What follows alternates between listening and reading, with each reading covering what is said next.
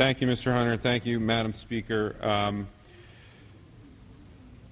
Just last week, myself, along with Mr. Hunter from California, sent a letter to the President asking him to take seriously the request of General McChrystal, the commander in Afghanistan, asked General McChrystal to come to this body and address the Congress, or at least address the Armed Services Committee, which I am a member, to let us know what his plan is in a very specific and detailed manner so that we can ask the tough questions, that we can do the people's work, and to look out for our men and women serving in uniform.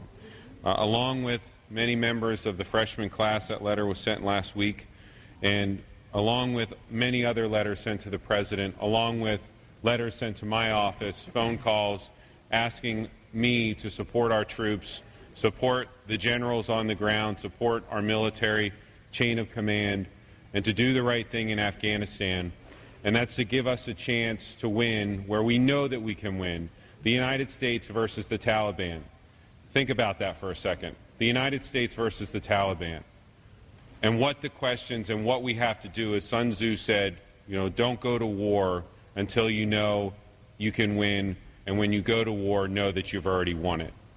And so what General McChrystal is asking the President to do, quite simply, is three things to win the war in Afghanistan.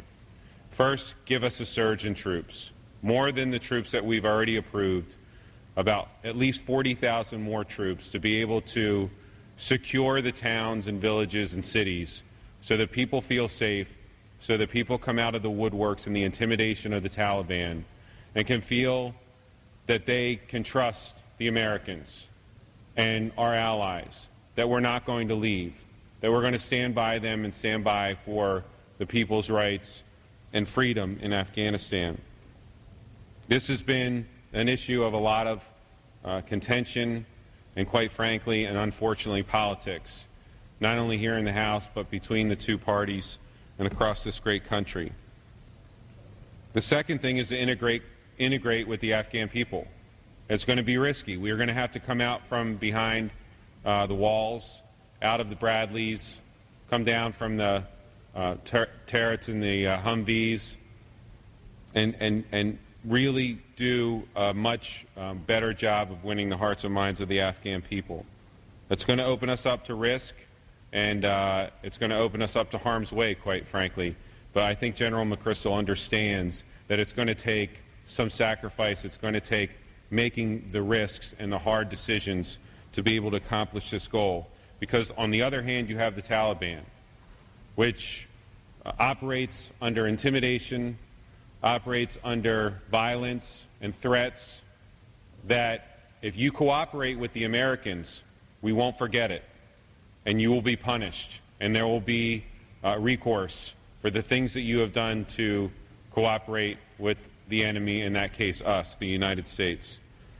The third thing that General McChrystal asks of the Commander-in-Chief is to help end the corruption in Afghanistan politically. This is the hardest of the three prongs, and I think the most important.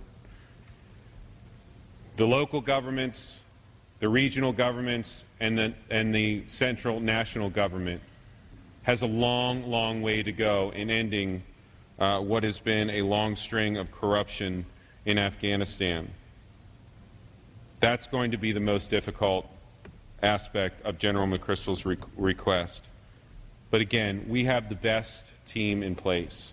The President, to his credit, has assembled the finest military and civilian defense staff that, as a former Army captain, I could possibly ask for. Secretary Gates, Jim Jones, General Petraeus, even General Shinseki being on the cabinet, even though he's with the Veterans Administration.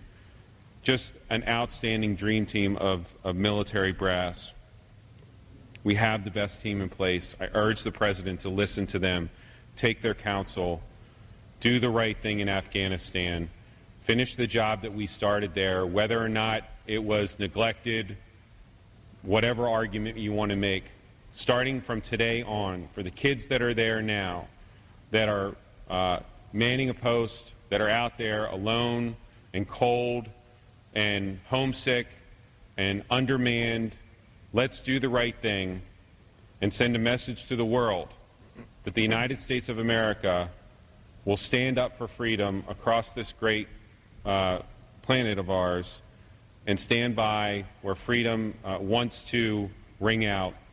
And I believe it does, and I believe it will, and we should not let politics play a role in this, and let the generals on the ground do their job and then support the President once he makes that decision.